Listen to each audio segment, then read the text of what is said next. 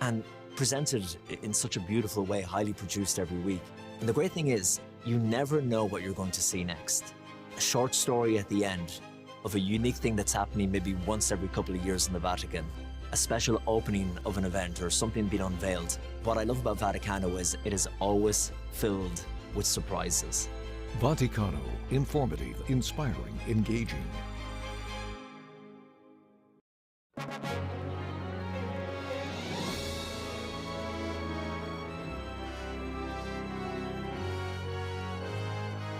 EWTN. Live truth. Live Catholic.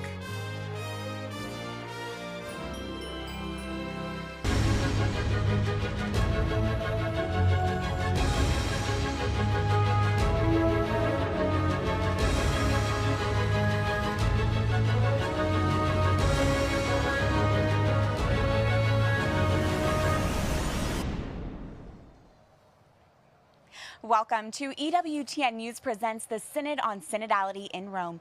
I'm Catherine Hadro. A majority of Synod members have a break today and tomorrow as those tasked with incorporating amendments to the Synod's final document work for 2 days before presenting the draft Saturday morning. Once the document is presented on Saturday, Synod delegates will then vote paragraph by paragraph on the final text, which is then expected to be published by the Vatican Saturday evening Rome time. Meanwhile, major news today from the Vatican with the release of Pope Francis's fourth encyclical, Dilexit Nos, meaning he has loved us. The papal document calls for a renewed understanding of devotion to the Sacred Heart in the modern era and its many pressing challenges. Here joining me now throughout this week are my two co-hosts. Dr. Matthew Bunson is Vice President and Editorial Director of EWTN News, and Father Thomas Petri is President of the Dominican House of Studies in Washington, D.C. Well, this is the big news of the day, is this encyclical, which I think took many of us by surprise when Pope Francis announced just days ago it was being released today. It's only been a few hours since it's been out now here in Rome time, but what are your initial reactions? I think it's actually a wonderful encyclical. I'm going to be recommending people to read it just for spiritual, devotional purposes. It seems to me one of the things I've taken from it is that the Holy Father is identifying that we live in what he calls a liquid world, what many cultural anthropologists refer to as a plastic or liquid world, which is we live in a world now that seems to be very malleable, dominated by technology, dominated by consumerism. And he really challenges us to not only know our own hearts, but to conform our hearts to Jesus Christ, and then to evangelize the world by speaking heart to heart. People like to think of Pope Francis as being unusual, pulling a lot of surprises. We were surprised by the sudden announcement of this, right. And yet here he is grounding himself rather perfectly in the tradition, especially of the modern popes, and reflecting and encouraging the devotion to the Sacred Heart. He stands in continuity with Leo XIII, Pius XI, and Pius XII, all of whom issued encyclicals on the Sacred Heart.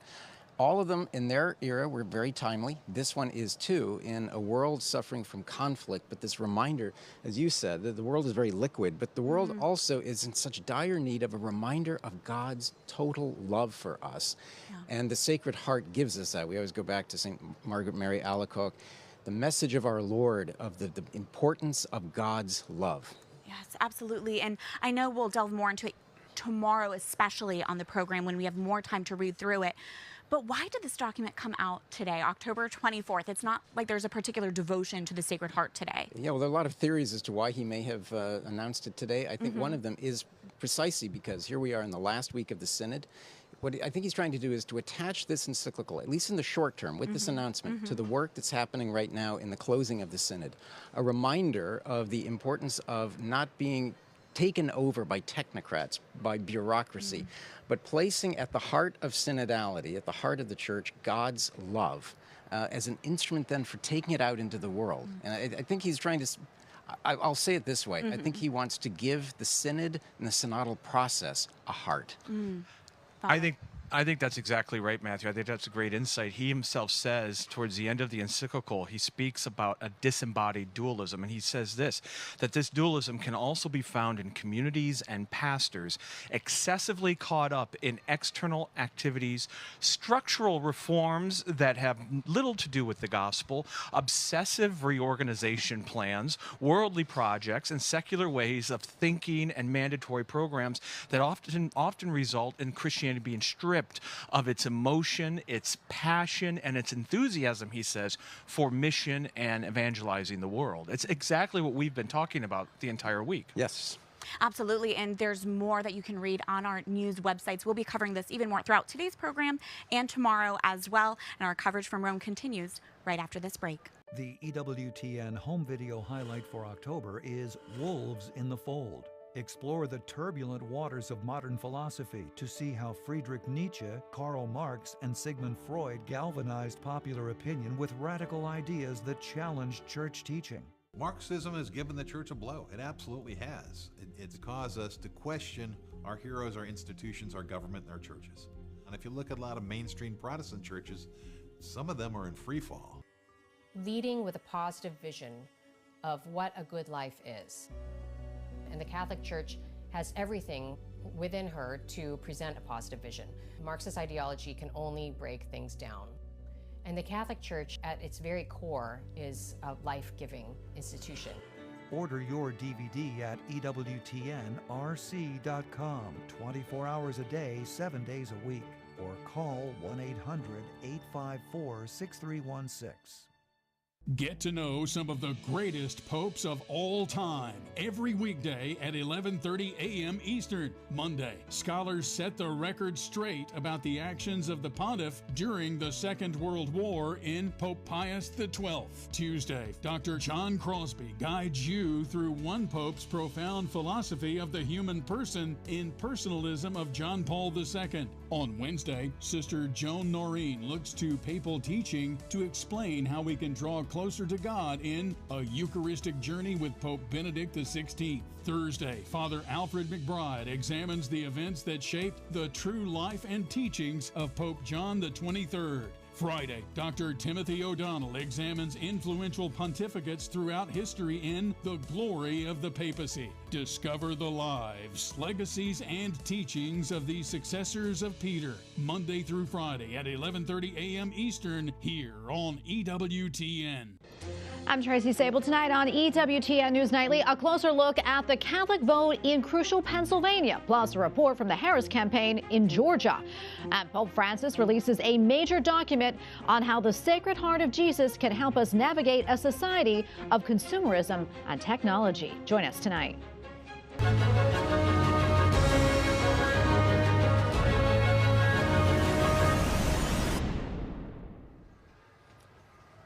Welcome back to our coverage on the Synod on Synodality in Rome. We are joined now by Bishop Daniel Flores of the Diocese of Brownsville in Texas. He is one of the U.S. delegates at the Synod on Synodality and was just elected as a new member of the Ordinary Council of the General Secretariat of the Synod. Your Excellency, thank you so much for being here with us and taking the time what I know is a busy final week of the Synod. So this new appointment I just mentioned, can you explain what this new role is and what it means moving forward? Well, in brief, because I only understand in brief, I think I will be oriented more probably before this week is out as to what it will require. It's basically the bishop advisors to the Holy Father for the time between synods as we move forward in drawing together what this synod has resulted in over time, and then his advisors with regard to any future synod that he may plan. So those are all things that the Holy Father ultimately decides, but it's a group from around the world, the different continents, to advise the Holy Father on those matters. Yeah. You know, as we're wrapping up, and I know that the drafters are working on the amendments that the delegates will vote on Saturday, one of the things that we've been noticing just over the course of the week is really the stark difference between expectations of different sides for what the synod would accomplish and what it is. And it seems that the Holy Father has definitively, and that as we've gone through this process now, has come to articulate what synodality actually is. And it's not necessarily structural or, organization, technocracy, democratic reform, but it does seem like there might be some people disappointed that that's not what's happening. Right. I mean, there were many different kinds of expectations, and there have been a lot of sort of like different takes as to kind of what the synod is about and what maybe people thought it really is about as opposed to what it's being said. And so there's a lot of that kind of floating around the world in different ways. So yes, the Holy Father, I think, has been very sort of centered from the very beginning, that at the heart of this is a conversion to a sense of the style and the manner of Jesus in the way he dealt with us. The Word became flesh and had a certain way of insinuating his grace into the lives of the people whom he encountered, and that's something that we need to kind of appreciate, but also find a way to put into practice in the current context of the world, which is very complex, which is why the global synod is so important, because it's not just what one part of the world thinks is like the major issue. It's a worldwide thing, and so part of the sort of the brunt of sort of the effort of these gatherings in Rome is really to kind of help the global church hear each other in terms of the kinds of challenges. What are the challenges of living the faith and of teaching the faith and of evangelizing in the many different contexts of a very complex world? But at the heart of it, I think the Pope has called us to a kind of a spirituality that without conversion, without sort of a renewal of the heart of Christ, then we will just be spinning our wheels. I imagine when you go home to Texas, there's a lot of local faithful who are asking you for even more clarity of what are these meetings happening here at the Vatican. For viewers who are still unclear again, and you gave a great definition there on synodality, how would you explain to the local faithful how this will impact the church in their diocese? Right. Well, one of the things I would say, well, like, for example, the document that's being worked on, I think it'll be an important document, but the Holy Father has said, and I've said to my own diocese, the synodal sort of perspective that the Holy Father is promoting in the life of the Church is not primarily about documents produced. It's primarily about marking how it is that in our local churches, we are more attentive to kind of the way the Church evangelizes and cares for our local community, because the Church lives her life in the local Eucharist and it's in communion with the whole. But there's a way, especially of manifesting a certain compassion, and certainly at the heart of it is a way to kind of hear what people are saying. It's a kind of Thomist realism, I would call it. You can't evangelize in the world if you don't have a sense as to what people are really facing, and that's what I think is people will have different expectations, but unless we listen, we're not going to know how to speak Christ. I appreciate that so very much. You know, last month I was with EWTN and we were at the International Eucharistic Congress in Ecuador in Quito. And of course, synodality was spoken of, but it was in directly this sense, which is not anything new. It's a recovery, I think, of something even Pope Pius XII taught in Mediator Dei, that our relationship is not just me and Christ, but through Christ to also be with each other and to evangelize the world. And today's encyclical, De Lexit Nos, we're still reading through it, but it seems that this is articulating what Pope Francis wants to happen too, through the devotion of the Sacred Heart. I do think there's a sense that I think needs to come more and more to the fore, that the language of synodality is not principally meant to name something that is brand new in the Church. It may be something as a style that has a word that we're attaching to it now, but we're living in an age that is increasingly sort of personalized religion, personalized politics. I have decided this is what I think, and the rest of the world is sort of like judged based on whether or not it agrees with me. And this is antithetical to the way St. Paul writes his letters, is the way the Gospels are written, or is the way the early Church sort of acted. And so this sense, for example, you mentioned the Sacred Heart, but I remember also that last October at just a little bit before this time, the Holy Father had issued that document on Saint Teresa of Lisieux, because the spirituality of closeness to the heart of Jesus is always a spirituality that is open to the service and compassion for the ones around us. You cannot live a Catholic life that is shut off from that. And the attempt in this world, which is so deeply divided into kind of radical individualism, the gospel has to announce this sense that we cannot journey to God in fidelity to Christ if we aren't trying to go together. And that's the heart of what it is to be a Catholic. We are joined at the hip, whether we like it or not. And so we might as well learn how to love it, right? Well, I'm happy you mentioned this call to conversion and this tendency that we all can have in the modern world of thinking, I've decided my opinion is the truth, it's my truth. That, Cardinal-elect Radcliffe, in his initial interventions at the beginning, I think at the retreat of before the Synod, noted how some people will be disappointed. And I think from the perspective of what we've been hearing about the Synod from different sources, all the synods really, it seems like it's all been about listening, but sometimes listening also means being told that no, you're wrong, you know, and I think that's what sometimes it feels like is missing, that we all need to know that we have to be converted, and that not every idea we have is correct or right. Right. Well, and part of it, I think I heard a delegate say the other day, just in passing at the coffee break, probably nobody will find that everything they wanted is going to be in that document. Right. Nobody's going to say, well, we won, and that's the point. Because the Christian life is not about winners and losers, and it's not about the competition as to who has the final word. That's not the way. We look to find what are the common, deeper sorts of the heartbeat, so to speak, of the faith, and how it deals with real concrete situations in the world, which are certain kinds of situations in my diocese would be different in other parts of the United States, but around the world, what's being lived in Africa, what's being lived in Oceania or in the Middle East.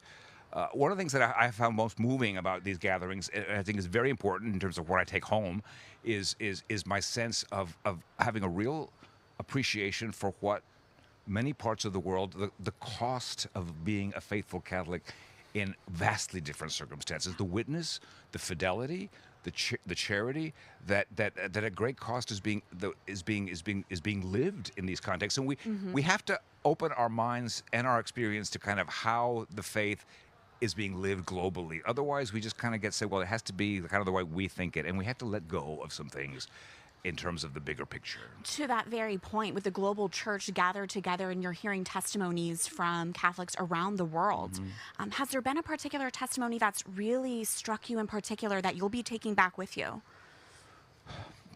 Well, I could say, for example, the testimony of some of the lay delegates, specifically from some of the very poor parts of the world, about the just the dedication to kind of just teaching the faith in the local community and trying to kind of live a Catholic family life in circumstances that are often quite hostile or indifferent. I think we in our sort of corner of the West tend to deal with indifference, but many parts of the world deal with hostility. And I think, I just have heard so many, from countries. I will say that the testimonies of those from the Middle East, which is so war torn, but also just how the Christian life is a constant sort of witness to the suffering Christ, and that's very real. Yeah, absolutely. Yeah. I just appreciate, I want to take this opportunity to say appreciate your presence here and all the good work that you do as a bishop, and that you're just always focused so much, and it's not even correct to say left, right, or center, but you're just always focused on Jesus Christ and the life of Jesus Christ in the church. And, and I think more and more we're starting to see that synodality, I completely agree with you. I think it's a new word that's being attached to a very old concept about the communio of the life of the church, and especially the communion of bishops with each other, united to Christ. Right. I find it, what I ask people to do when they say, well, what can we do to promote synodality? I say, we all need to pray more. And when I say pray more, we need to learn Lectio Divina. We need to kind of not let the scriptures, especially the Gospels, be something that we let roll around in our memories. And so I say people read the Gospel of the day every day, and let it roll in your mind, because you have to have something else, something of the Word of Christ in your mind besides all these other words that get thrown at us. Because that's the conversion that allows us to relate to each other differently and to relate to the life of Christ by the grace of the Holy Spirit, and we need to trust that. We just need to trust that we're guarded by the faith of Peter, and the church is dealing with some very new circumstances, and yet the issue of communion, of being together, and of the one faith and the one hope and the one love to which we are called to give witness, is always sort of has to be the lead thing we think about. I'd be curious, you were here last October, obviously, been here all month. Can you give us a little insight into what these days are like and what that engagement with other delegates are like in the halls as well? Well, it's a pretty heavy schedule, because we every community lives, from the different parts of the world, we all live in different parts of Rome, So, but most of our delegates are together. So we would always start with a morning mass, and then a quick breakfast, and then you go and start you mostly you're in small groups, language groups, and so you get to meet people. I mean, from different parts of the world, and you just are. Like I said, I've been very touched by just the witness of people and sort of they're wanting to kind of to hear what's going on. Like I get questions like, "How's it in the United States? How do you deal with this issue?" And so I mean, it's an intense, but it's a very human thing, even though it's a heavy schedule. It's a very human thing just to have. It's a grace to be able to spend some time just listening to how people are trying to witness to their faith and the things they would like to see happen. And I even people, from just vastly different, and you kind of work with the languages at the coffee break, and people still communicate. Mm-hmm. And just our final moment with you here, Bishop, are you expecting there to be a lot of contention on the vote on Saturday, or do you think by this point people have been walking together for quite a few years and everyone? Yeah, it's very hard to predict, how people would, but it's we've worked together a lot, and I think one of the things that might be interesting is to whatever is published this weekend, to compare it to like last year, and you might be able to kind of mark some maturation in the discernment. We talk a lot about discernment, but I think we need to kind of put some flesh and blood to it, and basically it's giving God time to let things settle in your mind. You can't rush that, but I think you could see that there's. I think those will be. It's hard to predict, but I think the consensus of the communion that's been lived here, I think will be very evident. Well, Bishop Flores, we are so grateful for your time and for joining us today. Thank you. Thank you. And our coverage continues right after this break.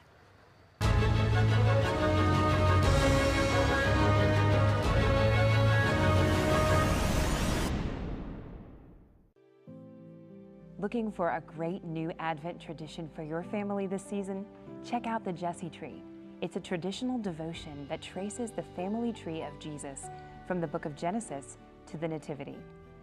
Now your family can prayerfully go day by day through the Advent season, focused on Scripture and the coming of Christ. EWTN Religious Catalog is pleased to be able to feature a complete Jesse Tree ornament set that includes everything you need to make this an annual tradition in your household. Made in the USA, the set comes with 27 ornaments and a beautiful devotional book. Order today. Go to EWTNRC.com and search for item number 2022K. This Advent, keep the meaning in the season. Get your Jesse Tree ornament collection today.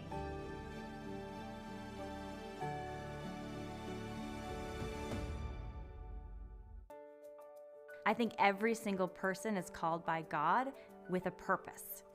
And so the question then becomes, how do we live out our purpose?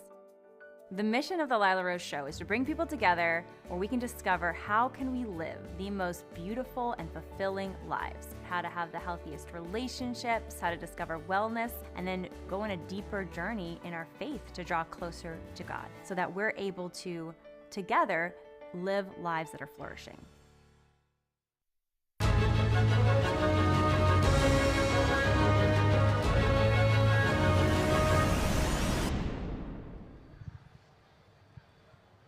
Welcome back to our ongoing coverage of the Synod on Synodality here in Rome. Joining us now is Archbishop Anthony Fisher, the Archbishop of Sydney, and he's one of the Australian delegates here at the Synod on Synodality. Your Excellency, thank you for joining us. Great to be with you.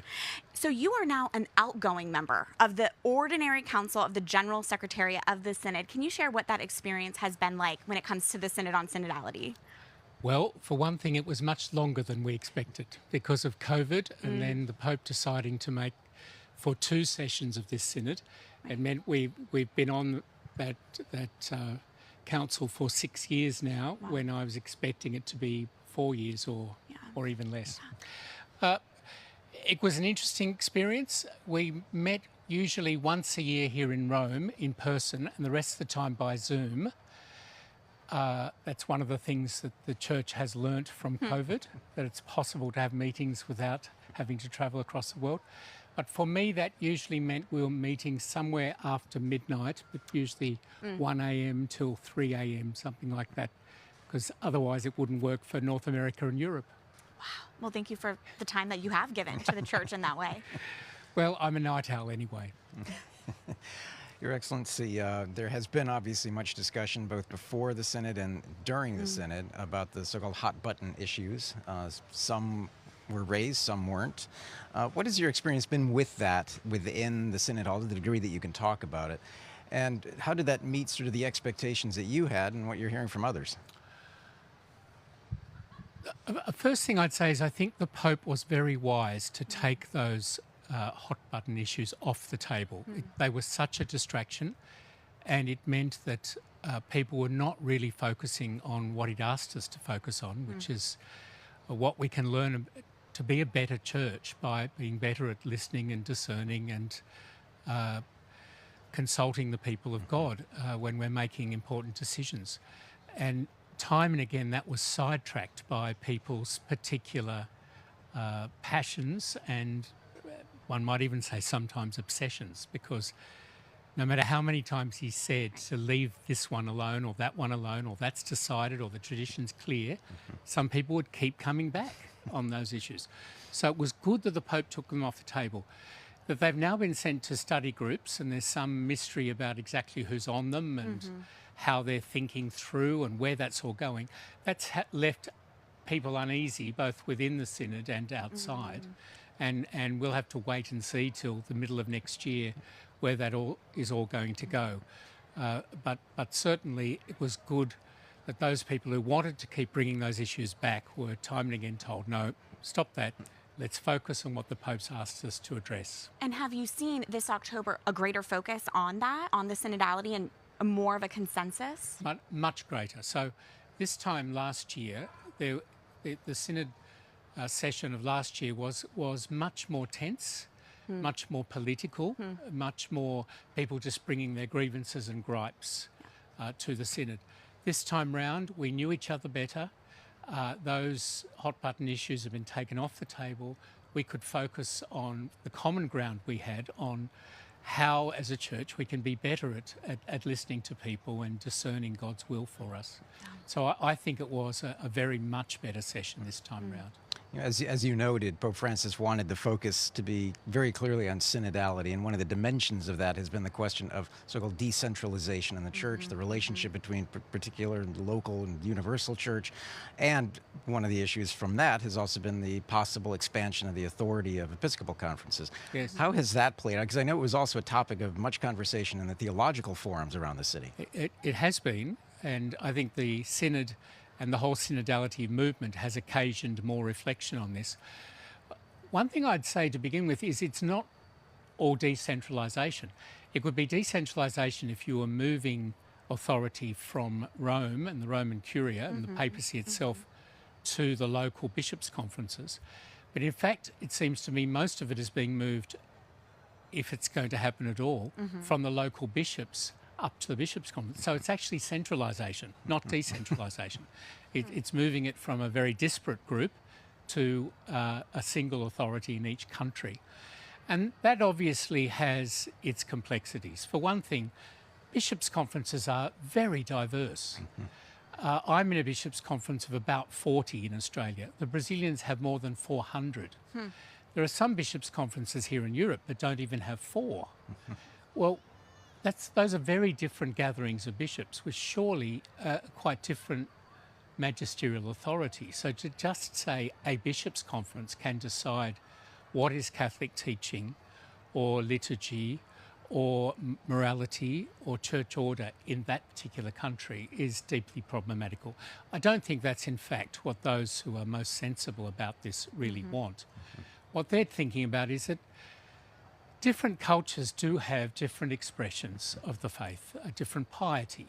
I've just been at the International Eucharistic Congress in Quito, and it was beautiful, the local cultural ways of expressing their Eucharistic faith. And so it is important that we recognise different cultures and that bishops' conferences be part of that.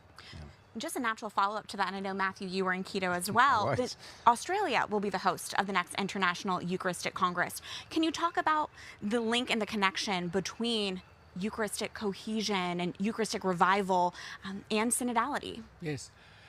I think that there has been in this session of the Synod a lot more reflection on the sacraments of initiation, of baptism, confirmation and the Holy Eucharist, and what they all say to us about our Christian discipleship, about our cohesion as a church, our sense of communion in the sense of the sense of belonging and of sharing in one faith and one baptism, in one Lord. And so that Eucharistic aspect of synodality has been important, that it's been explored more deeply this time round. Clearly, those, for instance, who would like to see anybody that wants to come to communion, even if they're not Catholics, even if they're not baptised Christians, that we should just be welcome to everyone. They get a bit of synodality, that is the bit about wanting to be welcoming, hospitable, inclusive, but they miss the other parts of synodality, that we're part of a long tradition, 2,000 years old, and we hope going for many thousands of years into the future, that involves the whole church, not just a particular country and its particular concerns, but the universal church, and with that comes certain beliefs, certain practices, including that if you don't believe that is Jesus Christ, whole and entire, his divinity, his humanity, if you don't believe that, we love you, we want to pray with you, but the Eucharist isn't for you till you're ready to say that. And so it's been important to sort some of those things out during the Synod. Absolutely. As you noted, this has been a multi-year process, and you've been here twice now for 2 different sessions for the Synod. What are your biggest takeaways? What are you wanting to bring home to your people? Well, we're intending to have our own diocesan synod in the next 2 years in Sydney, and that will now be part of our preparations for the Eucharistic Congress to come.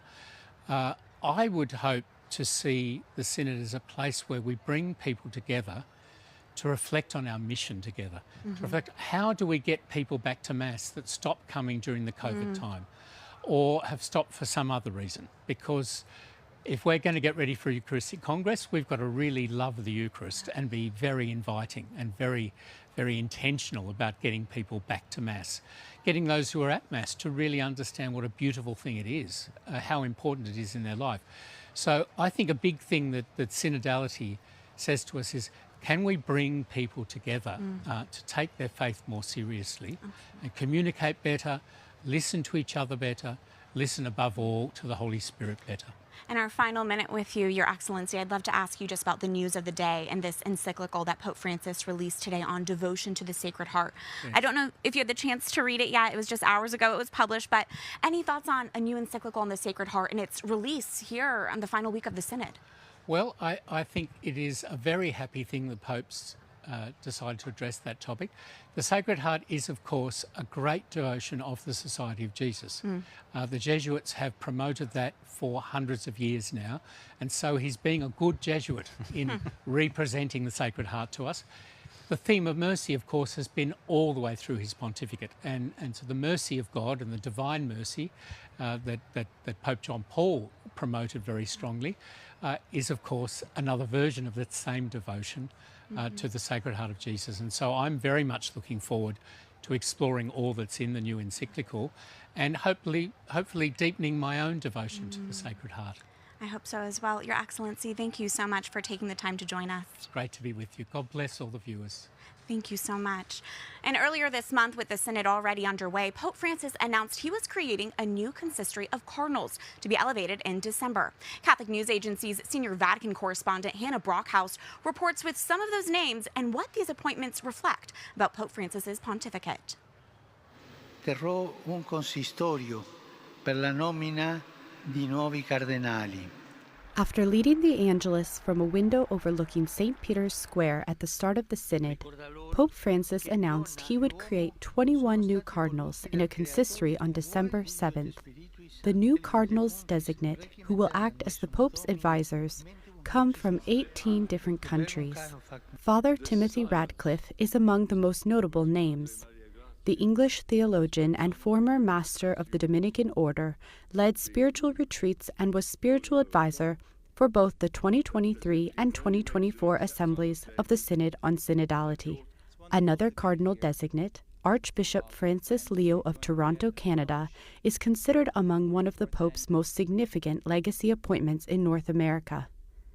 the 53-year-old was appointed last year to lead Canada's largest diocese, with 226 parishes, where Mass is celebrated in 36 languages every day. Also included on the list of new cardinals is Archbishop Dominique Mathieu of Tehran-Isfahan, a Belgian Franciscan missionary based in Iran. This appointment is likely part of Pope Francis's desire to promote dialogue with Islam and peace in the Middle East.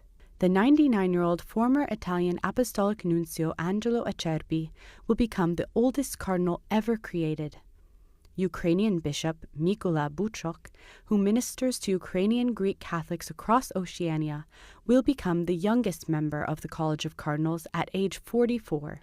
Most of the remaining red hats, which will be given at the consistory on December 7th, will go to bishops from the peripheries of the world: the Philippines, Algeria, Japan, and the Ivory Coast.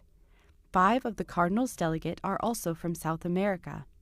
On October 22nd, the Vatican announced that the Pope's pick from Indonesia, Bishop Pascalis Bruno Syukur of Bogor, had asked to not be made a cardinal in order to grow more in priestly life in the service of the Church and the people of God. While only cardinals under the age of 80 may vote for a new pope in a future conclave, all cardinals can take part in the important meetings leading up to the conclave, where the figure of the future pope is discussed. As of December 7th, the total number of eligible cardinal electors will be 140. 110 were chosen by Pope Francis.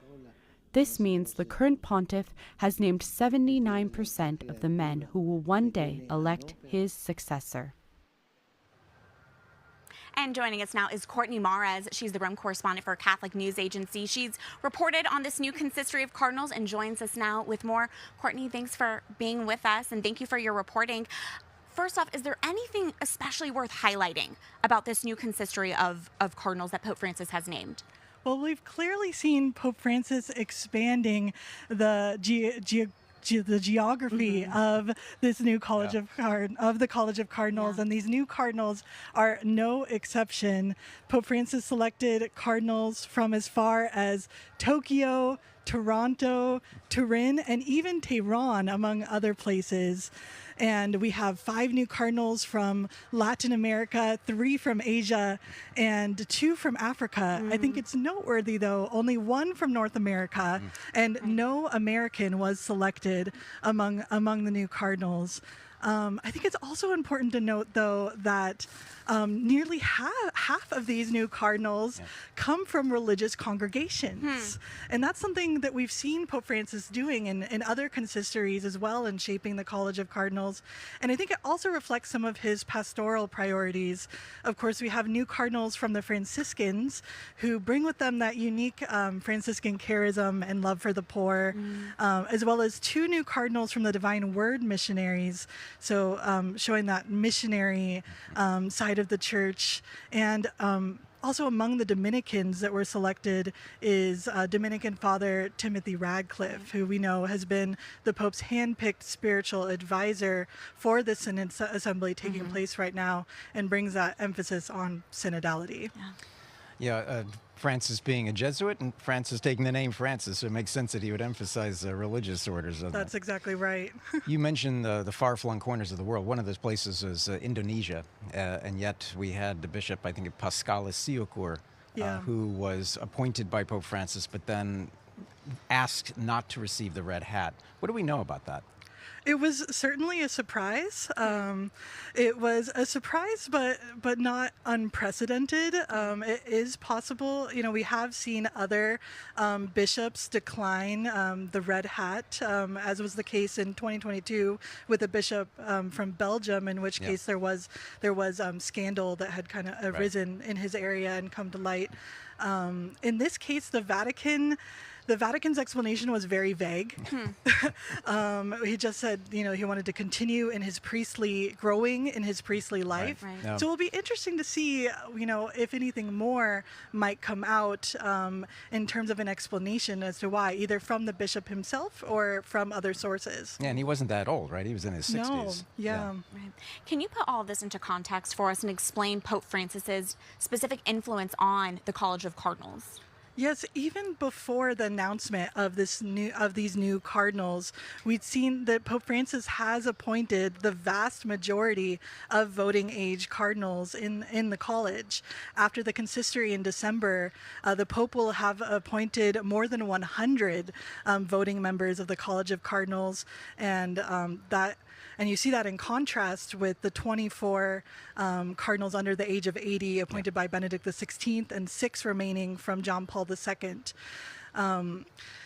And I think one of the many ways that Pope Francis has he has transformed the College of Cardinals is in doubling the number of cardinals who come from Asia. Right. In the conclave in 2013, there were only 9 cardinals from Asia, and now after this consistory, there'll be more than 20.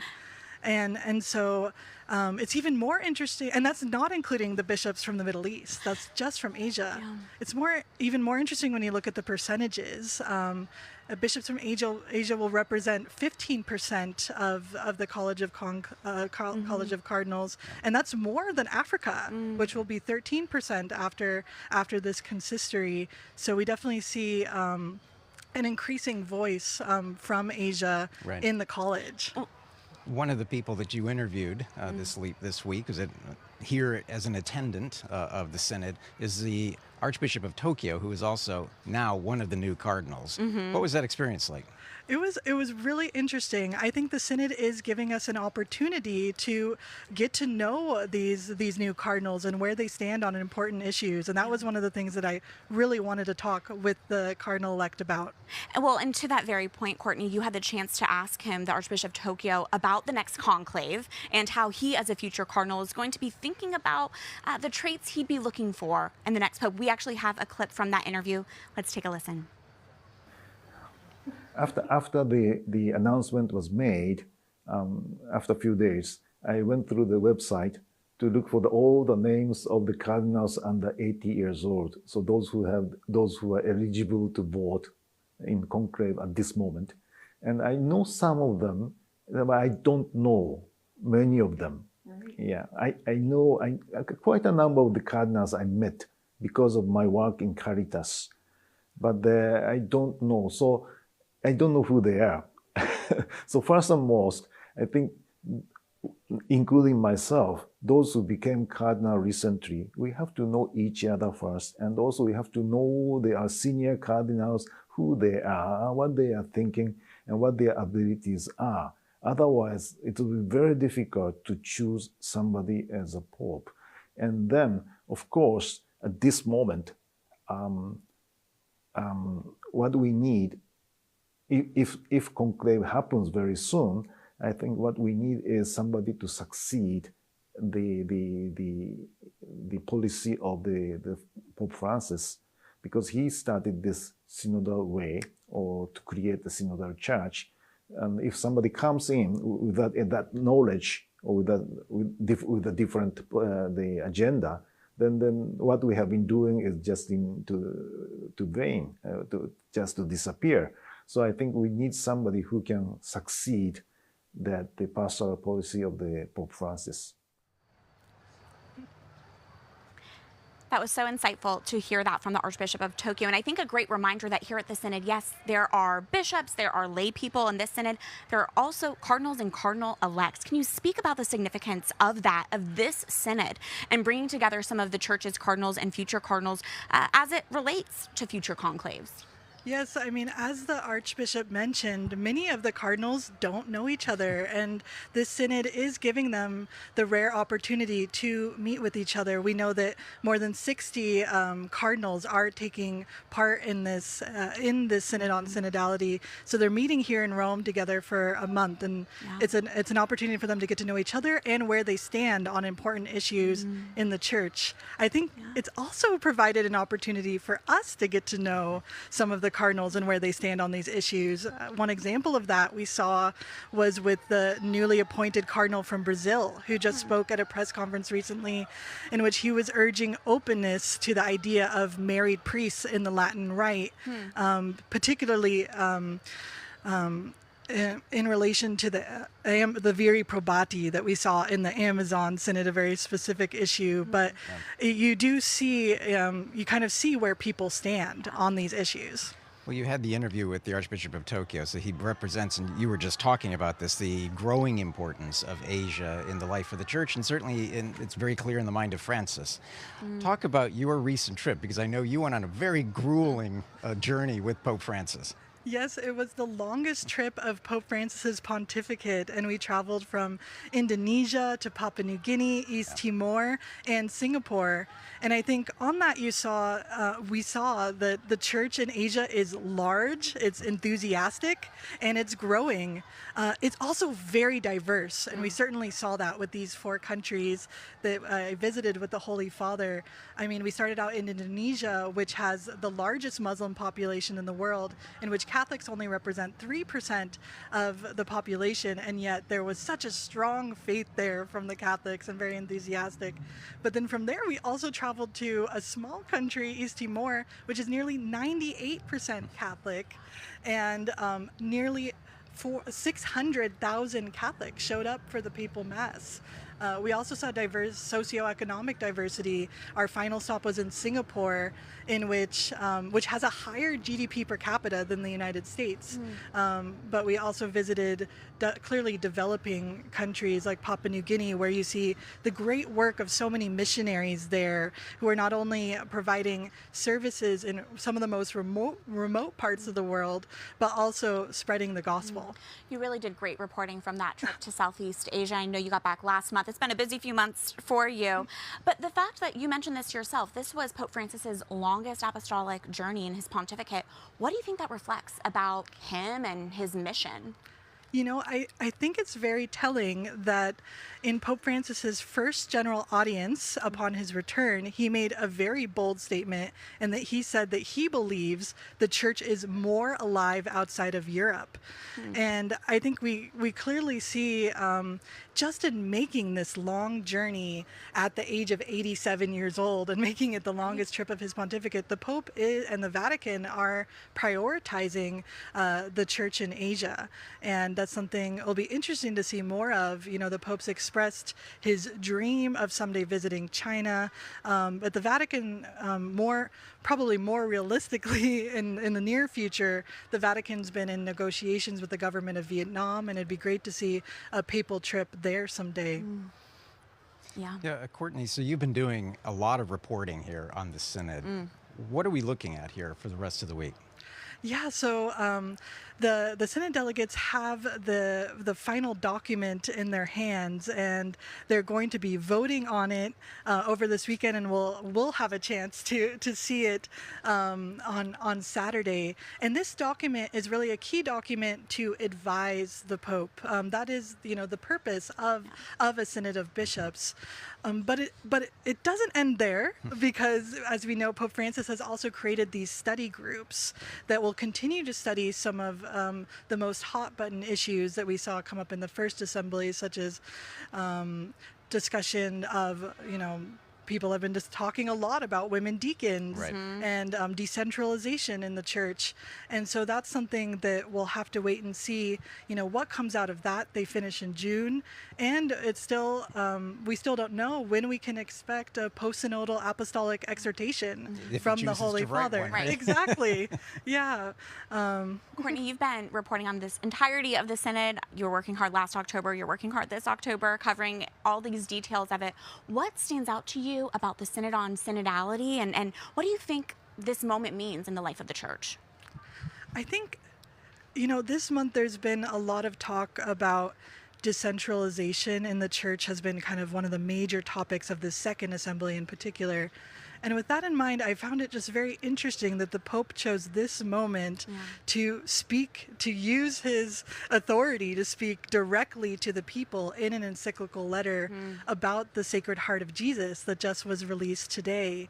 And so at the end of the day, as he said, the Synod is to advise the Pope, and he's the one, the Pope and future popes will ultimately decide the future of synodality in the church. But I also wonder, what will be the lasting impact of these years of discussions and listening. And when you compare that with this encyclical that came out, we know that will be something that will be discussed in parishes and in the church all around the world for years to come.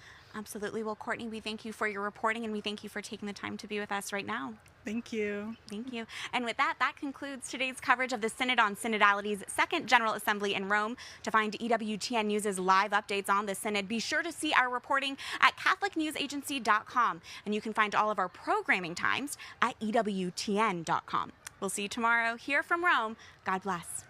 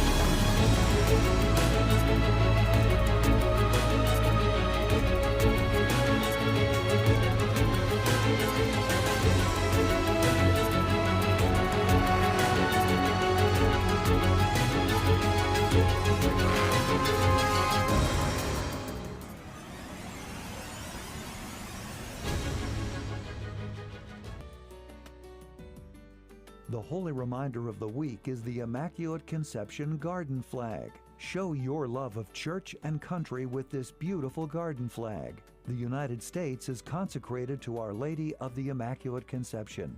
Order today at EWTN.